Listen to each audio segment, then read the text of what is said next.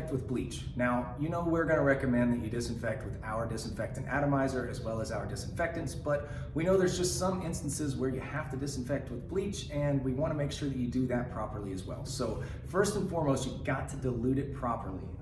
The CDC recommends 1/3 of a cup of bleach per gallon of water for disinfecting. And then secondly, you've also got to make sure that the surface remains wet for the full dwell time. I've written the dwell time on the front of this bottle like I always do because it's so important that you let the surface remain wet for 6 full minutes in order to disinfect.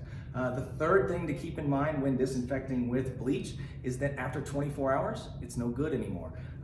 Bleach, once it's diluted, actually loses its ability to be a disinfectant after about 24 hours when mixed with water, especially tap water, which may have impurities or minerals in it that would cause another chemical reaction with the bleach.